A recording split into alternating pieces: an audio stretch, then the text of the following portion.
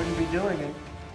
But a lot of good things can happen. You know, we'll be talking about, I mean, he'll bring up Taiwan, I think, more than I will. But I think that a discussion will be a little bit about energy and about the very beautiful country of Iran. 台湾问题是中国内政，我们坚决反对建交国同向中国台湾地区出售武器，这一立场是一贯的、明确的。中方欢迎特朗普总统对中国进行国事访问。访问期间，两国元首将就事关中美关系以及世界和平与发展的重大问题深入交换意见。中方愿同美方一道，秉持平等、尊重、互惠的精神，扩大合作，管控分歧，为变乱交织的世界注入更多的稳定性和确定性。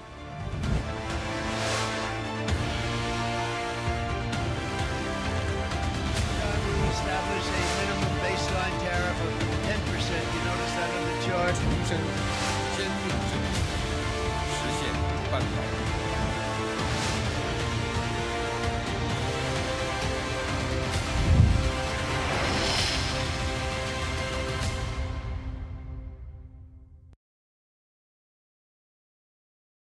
네, 오늘 파이널 샷에서는 미중 정상회담과 관련된 특집 시간 마련해서요. 보다 더 관련된 이야기 자세히 나눠보도록 하겠습니다. 미중 경제연구소의 조용찬 소장과 이 시간 함께하도록 하겠습니다. 안녕하십니까? 예, 안녕하십니까? 네, 반갑습니다.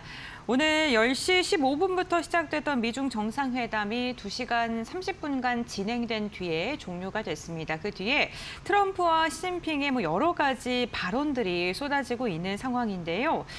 지금 트럼프는 시진핑과 역대 미중 정상 좀 과장 좋은 관계다 이런 식으로 이야기를 했는데 어떠한 이야기 오고 갔는지 오늘 좀 자세히 알아보겠습니다. 정상회담과 관련된 이야기를 논의하기 전에 엔비디아 젠슨황 CEO가 사실 처음에는 이번 회담에 동행하지 않는 것으로 시장에서는 예상을 했었는데요. 알래스카에서 대통령 전용기에 타면서 AI 반도체에 대한 양국의 입장이 조금 변화하는 게 아닌가 이러한 이야기도 나왔는데 수장님께서는 이 부분 어떻게 보셨을까요? 네, 그 젠슨황을 긴급하게 조커로 투입한 만큼 아무래도 이번 협상에 미국에 중국이 내놓을 수 있는 그 협상안 중에 보잉이라든지 그리고 농산물은 어느 정도 합의가 되어 있는 상태지만 중국 시장 개방과 관련해서는 여전히 미온적이었기 때문에 더 많은 것을 얻기 위해서 투입되는 게 가장 일차적인 내용이 될 것으로 보입니다. 특히 그동안에 중국 같은 경우 미국이 디커플링을 계속 진행시켜 왔는데요. 이제 앞으로는 그 차원의 재결합을 위해서 이번에 AI 어벤져스 지구방위대를 투입했는데 여기에 또한 젠슨황까지 포함시켜서 갔다는 겁니다. 여기에 보면은 그 변면을 봤을 경우에 좀 카길이라든지 그리고 그 금융계 그 주요 인사들을 재어놓으면 미국을 대표하는 거물들이 모두 참석을 했는데요. 이들이 이제 주장하는 이야기는 앞으로 미중 관계는 고차원적인 재결합 관계로 갈 수 있다. 소위 말해서 AI라든지 반도체 그리고 우주 패권을 중국과 공동 관리를 할 수가 있으니까 중국이 좀 더 많은 것을 내놓으라고 이야기를 하는 것으로 보여지는데요. 이제 이번 회의를 끝으로 해서 미중 관계는 냉정식 패러다임에서 미국의 자본과 그리고 최첨단 기술 스탠다드가 주도하면서 중국 공장이 하드웨어를 공급해주는 코퍼레이션 글로벌리즘이라고 해서 21세기 G2 체제로 좀 변화를 가는 거 아닌가 이렇게 보여집니다. 만약 이게 사실이라면은 이번에 그 파월 매코믹 그 메타 프로그램 CEO가 중국을 방문하는 동안에 AI 그 스타트업 중국 기업이죠. 20억 달러를 메타에다가 지분을 양도하는 이런 협정이 체결된다면 21세기형 G2 체계로 분명히 미중 관계는 좀 나가지 않을까 보여집니다. 네, 알겠습니다. 우선 중국에서 대등한 관계에 대한 이야기를 좀 지속적으로 행동으로 보여주고 했는데 G2 파워에 대한 이야기 좀 말씀을 해주셨고 결국에는 좀 우리나라에서 주목해서 봐야 될 게 뭐 여러 가지 부분이 있겠지만 안보 분야는 또 빼놓을 수 없는 한 축인 듯합니다. 이번 정상회담에서 안보의 위험이 조금 해소됐다고 볼 수 있는지 대만에 대해서는 사실 여전히 조금 양국의 입장이 의견이 좀 취합되진 않는 모습이었거든요. 어떻게 보셨을까요? 네, 이번 회담을 보는 뭐 우리나라뿐만 아니라 그 대만 그리고 일본 같은 경우에도 정상회담의 성과는 어느 정도 되어 있는데 이 이후에 나타날 리스크가 어느 정도 초래될지 않을까 좀 우려하는 그런 모습이라고 합니다. 트럼프 같은 경우에는 중국이 미국산 농산물이라든지 항공기 구매를 좀 확대를 지렛대로 해서 기술 제한을 좀 완화해 달라는 요청을 하고 있고요. 대만 문제에 대해서도 미국이 지금보다도 좀 더 양보해 줄 것을 요구하고 있다고 합니다. 만약 이를 들어줬을 경우에 미국의 그 군사적 영내 그 위상이 조금 추락할 수가 있겠고요. 또한 중국의 위상 제고로 이어지지 않을까 지금 걱정하는 분위기라고 합니다. 특히 동맹국들 같은 경우에는 트럼프 머릿속에는 현재 세계 평화라든지 민주주의, 동맹과 같은 숭고한 이념보다는 마가의 손해가 되느냐, 득이 되느냐, 이번 중간 선거를 앞두고 지지율을 끌어올릴 수 있느냐에 좀 더 많은 관심을 갖고 있기 때문에 그렇다고 합니다.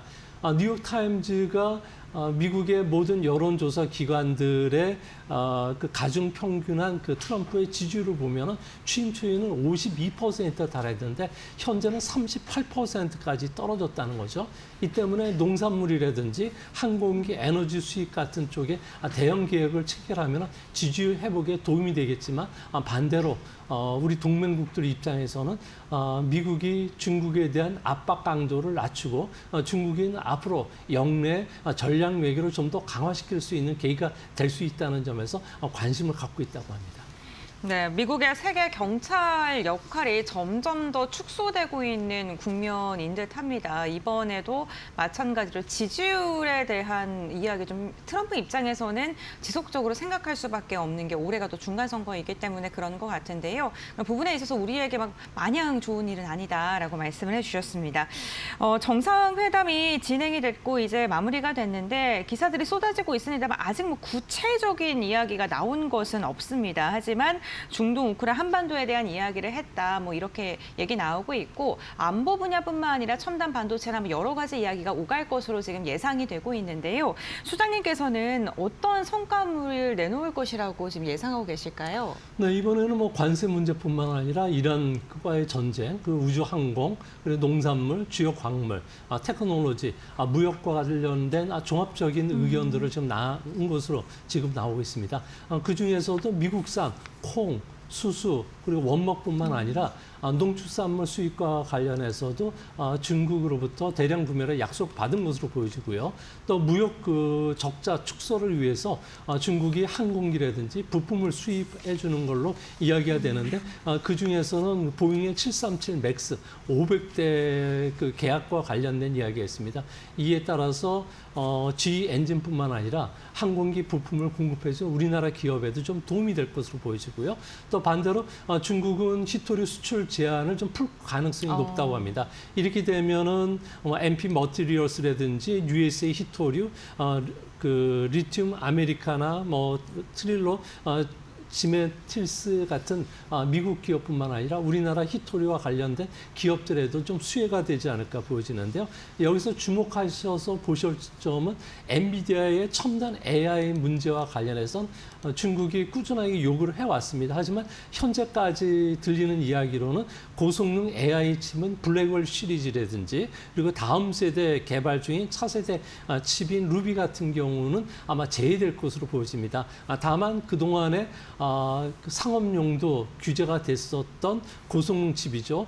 H100이라든지 A100과 관련된 규제 해제와 관련해서 미국이 상업용에 한해서는 좀 해제해 줄 가능성이 있지 않나. 이렇게 본다면 우리나라 반도체 관련주에도 좀 호재가 될 가능성이 크기 때문에 현재 조정과 그리고 주가 상승이 반복되고 있는 반도체 관련주들도 더 상승할 수 있는 모멘텀을 확보하지 않을까 보여집니다. 네, 뭐 지금 투자자들 입장에서는 고성능 칩 규제 해제에 대한 부분은 좀 굉장히 주목하고 계실 것 같습니다. 그 대만 문제도 좀 빼놓을 수는 없을 것 같은데요. 시진핑 중국 국가주석이 대만에 대해서 잘못하게 된다면 충돌할 것이다, 뭐 이렇게 강하게 이야기했고, 트럼프는 기자들의 질문에 대해서 대만 부분에 대해서는 좀 침묵을 한 것으로 알려졌습니다.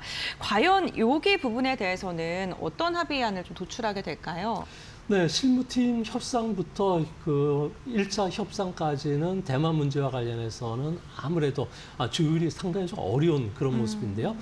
트럼프 같은 경우에는 불필요한 군사작전 중단뿐만 아니라 군사적 긴장을 높이는 문제에 대해서 반대를 했고요. 하지만 중국은 대만에 대한 군사장비 판매 를 중단해달라고 미국에 강력히 요청을 했다고 합니다. 2027년까지 시진핑 국가 주석 같은 경우에는 대만 침공을 준비를 완료하라고 이야기를 했는데요. 대만 침공 준비가 완료됐다고 해서 바로 대만을 침공할 수는 없을 거로 보여집니다. 대만 문제와 관련해서는 양안 해역 같은 경우는 좁은 곳은 130km밖에 안 된다고 합니다. 이 중국 같은 경우에도 대만을 공격하기 위해서는 수비수보다는 3배나 많은 공격수가 필요하게 되는데요. 중국 같은 경우에는 최소 100만 명 이상을 동원해야지 대만에 잘 갖춰진 군대 20에서 40만 그 사이를 압도할 수가 있기 때문에 그렇다고 합니다. 특히 그 군사가 준비가 돼 있다고 하더라도 100만 명 이상을 상륙시키기 위해서는 최소한 그 상륙정 같은 경우는 3천만 톤에서 5천만 톤급의 선봉량이 필요한데 중국의 최대 큰 강습 상륙함 같은 경우는 4만 톤밖에 안 한다고 합니다. 이 4만 톤이 무려 1,000척 이상이 필요하기 때문에 이 1,000척을 동원해서 병력과 장비, 식량을 특정 해안에 그 각설탕처럼 쌓아놓는다는 것은 사실상 불가능하지 않을까 보여집니다. 만약에 그런 상태에서도 대만을 침공했을 경우에는 국제사회로부터 제재를 받게 되는데요. 이렇게 되면 세계 공장에 공급을 해주고 있는 스마트폰이나 컴퓨터, 가전, 전자제품, 부품뿐만 아니라 의료와 관련된 일상생활 제품들 같은 경우는 세계 수출길이 막히게 되고요. 또한 우리나라 같은 경우는 물가 상승 압력을 받을 수밖에 없지 않나 보여집니다. 대만 같은 경우는 세계 반도체 60%를 공급해주고 있는데 세계의 자동차라든지 의료기기, 가전 공장이 멈춰서게 된다면 세계 GDP는 10%, 주가는 40% 급락할 가능성이 크기 때문에 중국 입장에서도 고민이 크지 않을까 생각이 듭니다. 네, 알겠습니다. 대만과 관련된 이야기, 지금 중국에서는 지속적으로 좀 강경한 입장을 이야기하고 있는데 만약에 이게 군사적 충돌로 이어지게 돼서 침공으로 이어졌을 때 어떠한 피해까지 진행될 수 있을지 소장님께서 좀 정리를 해주셨고요. 중국에서는 미국에게 대만 신경 쓰지 말아라라고 이야기를 했고 미국에서는 이란과의 전쟁에서 중국에 대한 의견을 또 듣고 싶어하는 모습도 나타났었습니다. 이란 전쟁이 장기화가 된다면 당연히 중국 입장에서도 경제적인 타격이 좀 진행될 수밖에 없는데 미중 정상회담을 앞두고 중국의 유조선이 또 호르무즈 해협을 통과했기 때문에 이 부분에 대해서 좀 어떠한 발언들이라던가 뭐 뉘앙스가 좀 나왔는지도 궁금하거든요. 주목하신 부분은 있을까요? 네, 그 회담에서는 그 양국 정상들이 호르무즈 해협과 관련돼서는 통행료 징수와 관련해서는 단호히 반대하는 것으로 나오고는 있는데요. 이제 문제는 앞으로 2차 회담에서 해협 봉쇄와 관련돼서 미국의 중국이 얼마만큼 양보를 요구를 할지 또 이란에 대해서 영향력 행사와 관련해서는 중국이 현재 미온적인데 얼마만큼 행사를 해줄지가 주요 그 초점이 되지 않을까 보여집니다. 12월 중국 12일 날이죠. 근데 시진핑 같은 경우에도 이 문제와 관련해서도 협의를 했는데 아무래도 시진핑의 도움이 필요 없다는 걸 봐가지고는 그 좀 강도 높은 그 이란 압박은 사실상 힘들지 않을까 보여집니다. 하지만 이런 이란에 대해서 비협조적인 이유는 아무래도 미국이 이란의 발을 잘못 들임으로 인해서 중단 실책을 범하고 있기 때문에 그렇다고 합니다. 리틀리 스콧이 그 감독이 만들어냈던 그 나폴레옹 영화를 한번 보신 적 있으시죠? 여기에 보면은 아우스트리츠 전투에서 프랑스가 그 러시아나 오스트리아 연합군이 작전에 실수를 하는 것을 보고를 받았는데 나폴레옹이 적이 실수하고 있는 동안에는 절대로 방해하지 말라고 했다고 합니다.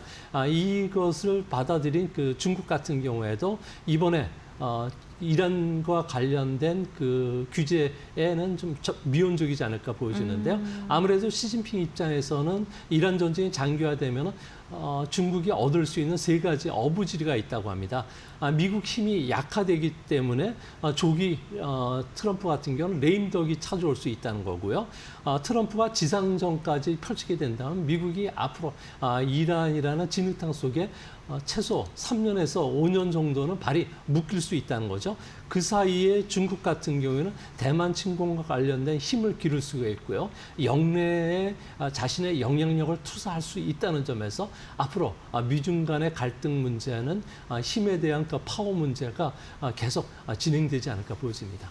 네, 중국 입장에서는 좀 지지부진하게 이란과의 관계가 진행됐을 때 좀 얻는 이득이 좀 있다라고 말씀을 해주시면 3가지 측면에서 정리를 해주셨는데요.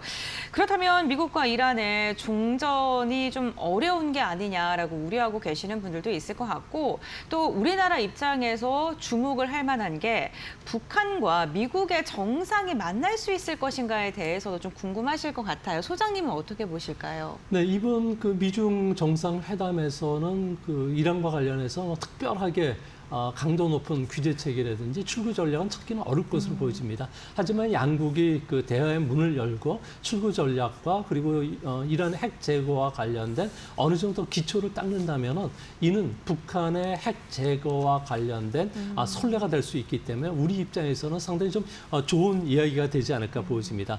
하지만 그 조기에 북한과 미국 정상이 만나는 이런 회담은 하긴 좀 어렵지 않나 보입니다. 아무래도 트럼프 입장에서는 이란 문제에 대응하는 시간을 북한 문제에 할애할 수가 없기 때문에 그렇고요. 두 번째로는 북한이 미국의 이란 공격은 침략행위이자 가장 취약한 주권 침해라고 비난을 했기 때문에 여전히 그 외교적으로는 서로가 대화할 수 없는 그런 분위기라고 합니다. 또 한 가지는 정상회담을 위한 물밑 접촉이 지금 없는 상황이고요. 또 한미 관계가 정보 공유가 좀 중단된 상황이기 때문에 우리 입장에서도 판문점에서 중재자 역할을 하기가 지금 현재 상황으로서 껄끄러운 상황이라고 합니다. 결국 2018년 당시와 현재 북한과 미국과의 상황이 좀 달라졌다는 점에서 조기에 그 양국 간의 정상회담이 이어지기는 좀 사실상 어렵지 않나 이렇게 보입니다. 우리 입장에서는 이란의 핵 문제가 좀 해소가 된다면 이게 또 북한까지도 연결될 가능성을 생각해 봐야겠군요. 그렇다면 지금 미국에서 지속적으로 강하게 요구하고 있는 게 이란의 핵 개발 금지 뭐 이런 건데 만약에 이란이 핵을 진짜 포기하게 된다면 지금까지는 뭐 그럴 일은 없는 것 같은 뉘앙스는 풍기지만 그렇게 된다면 중동의 지금 뭐 여러 가지의 뭐 정치라던가 이런 불확실성이 완화될 수 있을까요? 네, 핵 제거를 완전히 하지 못하고 미온적으로 그쳤을 경우에는 중동 정세는 그야말로 진흙탕에 빠질 가능성이 크다고 보여지는데요. 이란은 여전히 힘에 의한 현상 변경을 계속 추진할 가능성이 큽니다. 이란의 그 혁명 수비대 같은 경우에는 자기네 그 자금과 군사 훈련을 꾸준히 시켜왔는데요. 이 때문에 헤즈볼라뿐만 아니라 바레인의 해방 이슬람 전선, 그리고 예멘의 후티 반군, 알카에다 같은 경우에도 이란과 깊숙이 관여가 돼 있다는 겁니다. 이란 혁명 수출은 이란 신정 체제의 그 국시이고요. 혁명 수비대 존재의이기 때문에 그렇습니다. 이 때문에 이에 그 위협을 느낀 사우디의 그 빈살만 왕세자 같은 경우에는 UAE와 함께 이란에 대한 폭격을 가하는 것도 이 때문인 것으로 보여지는데요. 이란이 앞으로 혁명 수출을 멈추지 않는 한 중동 정세는 여전히 그 안개 속에 빠질 가능성이 있지 않나 보입니다. 네, 알겠습니다. 결국에는 뭐 이란의 핵 문제가 미온적으로 해결되게 된다면 중동은 뭐 여전히 진흙탕 싸움을 이어갈 것이다라고 이야기를 해주셨고, 이란의 혁명 수비대와 관련된 이야기 좀 말씀을 해주셨습니다. 결국에는 지금 말씀을 해주셨던 내용 중에 제가 좀 주목을 한 부분은 미중 정상회담에서 트럼프의 모두 발언들을 쭉 정리해 보면 결국에는 우리가 중국에서 뭘 얻어갈 것이다, 뭐 수출이라던가 이런 걸 우리가 성과를 얻어갈 것이다, 이렇게 좀 은연중에 티내는 모습이 나타났었는데, 만약에 무역과 관련돼서 선물을 받게 됐을 때 미국 증시가 중간 선거 전까지, 이건 트럼프 입장에서 어쨌든 하나의 뭐 선물을 갖고 가는 거잖아요. 트럼프의 그런 지지율 상승이라던가 아니면은 증시 상승이라던가 이런 걸 기대해 볼 수 있는지도 궁금합니다. 네, 기대해 볼 수 있다고 보여지는데요. 아무래도 트럼프 같은 경우는 제조업 활성화 그리고 무역 적자 축소가 이번에 주요 이슈화 됐던 만큼 이를 얻어갔을 경우에 앞으로 중간 선거를 앞두고 제조업 부활과 관련된 여러 정책안들을 내놓을 것으로 보여집니다. 이렇게 되면은 제조업 투자 확대뿐만 아니라 인프라 관련 수요 증가로 이어질 수 있고요. 현재는 미국 같은 경우는 1시간당 5억 달러씩 투자하면서 올해 전체적으로는 7,500억 달러의 그 AI 데이터 센터와 관련된 투자들이 이어진다고 합니다. 이렇게 됐을 경우에 미국의 제조업 같은 경우에도 또 한 단계의 이익을 기대할 수가 있겠고요. 또 중국 시장이 개방이 되면서 현재 그 미국 내에 있는 AI 그 반도체와 관련된 이런 분들이 중국에 수출이 되면서 오히려 미국 경제도 호황이 되지 않을까 보여집니다. 특히 이제 5월 달에는 케빈 워시 FRB 신임 의장이 대형은행에 대한 레버리지 규제 완화라든지 금융 완화까지 그 재료들이 호재들이 많기 때문에 미국 증시 같은 경우에는 중간 선거를 앞두고 역대 지수를 보면은 계속 상승을 해왔는데 이번에도 이런 흐름은 계속 이어진다는 측면에서 우리 경제에도 호재가 될 가능성이 크고요. 이번에는 제조업이 어느 정도 역할을 해준다면 우리나라 구경제주에도 호재가 될 것은 분명히 보입니다. 네, 알겠습니다. 오늘 조용찬 소장과 함께 미중 정상회담 우리 시장에 어떠한 영향을 미칠지에 대한 이야기 나눠봤고요. 오늘 말씀은 여기까지 듣겠습니다. 고맙습니다.